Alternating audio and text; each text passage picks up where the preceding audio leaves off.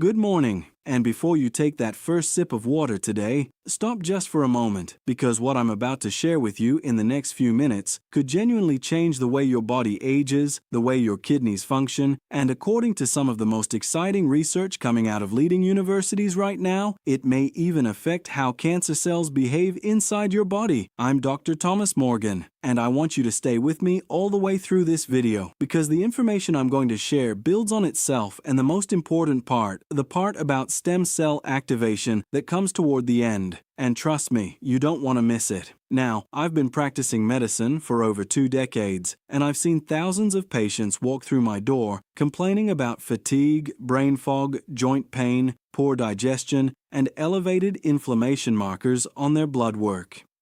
And when I ask them one simple question, "What's the first thing you do every morning?" Almost all of them give me the same answer. They reach for coffee, or they eat breakfast, or they scroll through their phone. Almost none of them are doing what I'm about to describe. And that, my friends, is a missed opportunity. A missed opportunity that costs your body dearly, especially after the age of 60. Here's something most people don't realize. By the time you wake up in the morning, your body has already been working for 6 to 8 hours without a single drop of water. Your kidneys have been filtering your blood. Your liver has been running its detox cycle. Your lymphatic system has been moving cellular waste. And all of that work has happened in a state of mild dehydration. So the very first thing you put into your body in the morning, that very first glass of water, is the most powerful biological reset button you have access to every single day. And most people are wasting it. But here's where it gets really interesting, because it's not just about the water. It's about what you add to that water, one specific ingredient, something you probably already have in your kitchen right now. And when you add this to your morning water, something remarkable begins to happen at the cellular level. Your kidneys begin to flush accumulated crystalline waste. Your inflammatory pathways start to quiet down. And in research studies, real peer-reviewed studies published in journals like the Journal of Clinical Biochemistry and Nutrition Research, this ingredient has been shown to suppress certain proteins that cancer cells depend on to grow and replicate. I'll tell you exactly what it is in just a moment, but first, I need to explain why mornings matter so much, because the science behind this is genuinely fascinating. Here's what happens inside your body between roughly 2 hours in the morning and 6 hours in the morning. Your cortisol levels begin to rise. That's your body's natural wake-up hormone. At the same time, your kidneys shift into what scientists call the early morning filtration surge. This is the window where your body is most aggressively trying to eliminate waste products, excess uric acid, metabolic byproducts, and cellular debris that accumulated the day before. Think of it like a city's sanitation system running its overnight route. By the time you wake up, the trucks are full and they need to unload, and the only way they can unload efficiently is if you give them the right conditions. Now, dehydration at this stage is the first problem, but the second problem, and this one surprises most of my patients, is acidity. During sleep, your body's pH naturally dips slightly toward the acidic end of the spectrum. This is normal, but it creates an environment where certain harmful processes accelerate. Specifically, free radical activity increases.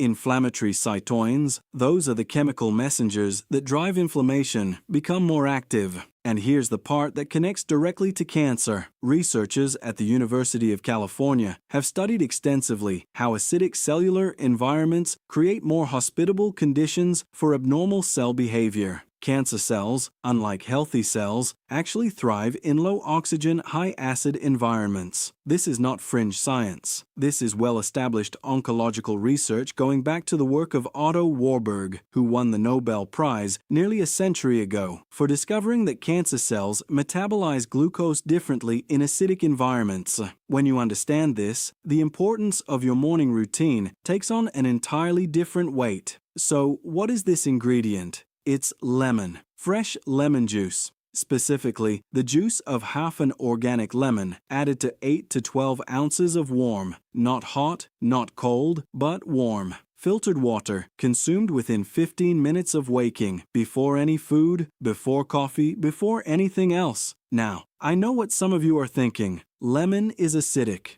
Dr. Morgan, you just told me we need to reduce acidity. How does adding something acidic help? And this is where the biology becomes genuinely surprising. Lemon juice, despite its acidic pH outside the body, around 2 to 3 on the pH scale, undergoes a process called alkaline ash metabolism. Once it's processed by your digestive system, the citric acid in lemon is metabolized, and what remains actually has a mild alkalizing effect on your blood and urine. This has been measured in controlled studies. Researchers at the University of Wisconsin published findings showing that regular consumption of lemon juice meaningfully increased urinary pH in patients, which directly correlates with reduced kidney stone formation and improved kidney filtration efficiency. But the kidney benefits alone are extraordinary enough to justify this habit. Your kidneys filter approximately 200 L of blood every single day. Every single day. They are among the hardest working organs in your body, and they are profoundly sensitive to hydration status, oxidative stress, and uric acid levels.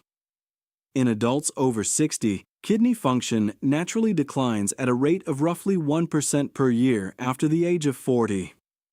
That means by the time someone is 70, they may be operating with 30% less kidney function than they had at 40, and most of them have no idea because early kidney decline produces almost no symptoms. What it does produce is fatigue, elevated blood pressure, poor sleep, and cognitive sluggishness. Sound familiar? Those are complaints I hear every single day in my practice. Lemon water directly addresses several of the key mechanisms driving this decline. The citrate in lemon juice, that's the salt form of citric acid, binds to calcium oxalate in the urine and prevents it from crystallizing into kidney stones. But beyond that, the potassium citrate in lemon helps maintain the delicate electrolyte balance that your kidneys depend on for their filtering function. A 2014 study published in the Journal of Urology found that patients who consumed lemon juice regularly had significantly reduced kidney stone recurrence compared to control groups. And this isn't a trivial quality of life issue. Kidney stones are associated with broader renal inflammation, and chronic renal inflammation is one of the leading drivers of progressive kidney disease. Now, let's talk about inflammation more broadly, because this is where the connection to cancer, to joint disease, to heart disease, and to accelerated aging all converges. Chronic low-grade inflammation, what researchers now call inflammaging, is arguably the central mechanism of nearly every degenerative disease we face as we get older. And the morning window is critical for either amplifying or suppressing this inflammatory state. Lemon juice contains a remarkable array of bioactive compounds that directly modulate your inflammatory pathways. The most important of these is a flavonoid called pyridine. Hesperidin is a potent anti-inflammatory compound that has been studied extensively for its effect on NF-κB. That's nuclear factor kappa B, which is essentially the master switch of your body's inflammatory response. When NF-κB is overactivated, your body produces a cascade of pro-inflammatory cytokines, including TNF-alpha, interleukin-6, and interleukin-1 beta. These are the same inflammatory markers that are elevated in arthritis, cardiovascular disease, neurodegenerative conditions, and critically in the tumor microenvironment that allows cancer cells to survive and proliferate. A 2016 study published in Nutrients Journal found that hesperidine supplementation significantly reduced circulating levels of these inflammatory markers in elderly subjects. And here's what makes the morning timing particularly important. NF-κB activity follows a circadian rhythm, with peak activity occurring in the early morning hours. Consuming hesperidin at exactly this window, when the inflammatory pathway is at its most active, provides maximum suppressive effect. This is precision nutrition. This is biology-aligned eating, and it costs you nothing more than a lemon and a glass of water. Now, the cancer connection. I want to be very precise here because I am not telling you that lemon water cures cancer. I am not saying that, and no responsible physician would. What I am telling you is that the research around the compounds in lemon and their interaction with cancer cell biology is genuinely compelling and deserves your attention. There are three specific mechanisms worth discussing. First, D-limonene. This is a compound found primarily in the lemon peel, but it leaches into the juice as well. Limonene has been studied in several clinical trials for its ability to induce apoptosis, that's programmed cell death, in certain cancer cell lines, particularly breast and colon cancer cells. A Phase 1 clinical trial at the University of Arizona found that patients with breast cancer who consumed D-limonene showed a 22% reduction in tumor expression of a protein called cycle D1, which is directly involved in cancer cell proliferation.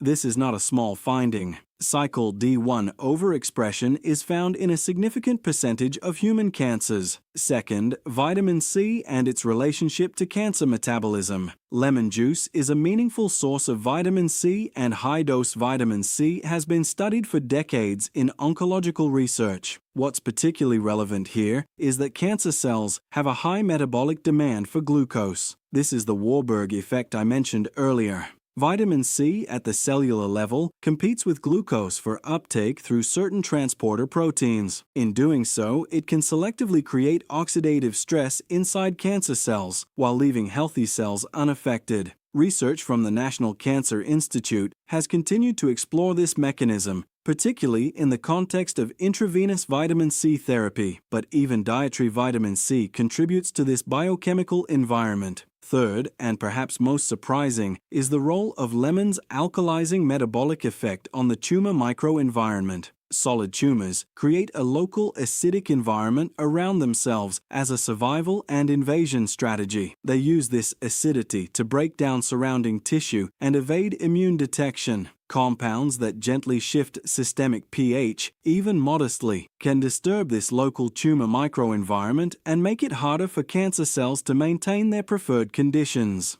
This is still an active area of research, but the mechanistic logic is well established. Now, let's talk about what may be the most exciting part of this entire discussion: stem cell activation. Your body produces stem cells throughout your entire life. These are your cellular repair crews, undifferentiated cells that can transform into whatever type of cell your body needs to replace damaged tissue. The problem is that as we age, stem cell activity declines dramatically. By the time you reach 70, your stem cell production may be a fraction of what it was at 30. This is one of the core biological reasons aging produces so much systemic deterioration. But here's what researchers are discovering: stem cell activity is profoundly sensitive to the internal cellular environment, particularly to levels of oxidative stress and the availability of certain signaling molecules. When oxidative stress is high, stem cells essentially go dormant. They divert resources away from repair and toward basic survival. When oxidative stress is reduced, and when the cellular environment is properly hydrated and mineralized, stem cell activity rebounds. A 2019 study published in Cell Stem Cell found that fasting mimicking conditions, which morning lemon water closely approximates because you are in a fasted state, and the lemon provides minimal calories, actually stimulate the release of growth factors associated with stem cell activation. The citrate in lemon juice also plays a role here through its interaction with the mitochondria. Citrate is a key molecule in the Kb cycle, your cell's primary energy production pathway, and providing exogenous citrate first thing in the morning before any large glucose load from food primes the mitochondria for cleaner, more efficient energy production. Healthier mitochondria produce fewer free radicals. Fewer free radicals means a more hospitable environment for stem cell activity. The chain of effects is elegant, interconnected, and supported by a growing body of research. So, let me give you the exact protocol because the details matter. Take 8 to 12 ounces of filtered water, not tap water if you can avoid it, because chlorine and fluoride can interfere with some of the enzymatic processes we've discussed. Warm it slightly to about body temperature or just above. Squeeze in the juice of half a fresh lemon, preferably organic, because you want to avoid pesticide residue on the skin when you're squeezing. You can optionally add a small pinch, and I mean a very small pinch, about 1/16 of a teaspoon of high-quality sea salt or Himalayan pink salt. This provides trace minerals and helps with rapid cellular hydration. Drink it slowly, over about 5 minutes. Do not brush your teeth immediately after. Wait at least 30 minutes because the citric acid temporarily softens tooth enamel, and brushing at that moment can cause abrasion. Instead, brush before you drink it or rinse your mouth with plain water afterward. Do this every single morning. Consistency is what separates people who see results from those who don't. The biological effects we've discussed, the reduction in inflammatory markers, the improvement in urinary pH, the modulation of NF-κB, the mitochondrial priming, these are cumulative effects. Studies looking at long-term lemon juice consumption measure these outcomes at 8, 12, and 16 weeks. You are building a biochemical environment over time. You are rewiring your body's morning baseline. And for seniors, especially, this morning window, this narrow daily opportunity may be one of the most powerful non-pharmaceutical interventions available to you. I want you to think about something as we close today. Every morning you wake up, your body gives you a choice. It presents you with this biological window, this period of post-sleep metabolic openness, where your cells are ready to receive input and recalibrate. You can fill that window with coffee on an empty stomach, which spikes cortisol further and drives your body deeper into an acidic, inflamed state. Or you can fill it with this simple, inexpensive, research-supported habit that signals to every cell in your body the environment is safe. It's clean, it's alkaline, it's hydrated. Go ahead and repair. Go ahead and activate. Go ahead and do what you were designed to do. This isn't a supplement. This isn't a prescription. This is a lemon and a glass of water. And the science behind what it does to your body every morning at the cellular level is nothing short of remarkable. If you found this information valuable, and I genuinely hope you did, please hit that like button right now. It takes 1 second, and it tells the algorithm that this kind of real science-based health content deserves to reach more people. And if you aren't subscribed to this channel yet, please subscribe and hit the notification bell because I release new videos every week covering the kind of evidence-based health strategies that your doctor may not have time to explain in a 15-minute appointment. Next week, I'm covering another morning habit, this one targeting the vagus nerve that has been shown in clinical research to reduce heart rate variability, lower blood pressure, and dramatically improve sleep quality in adults over 60. You do not want to miss that one. I'll see you then.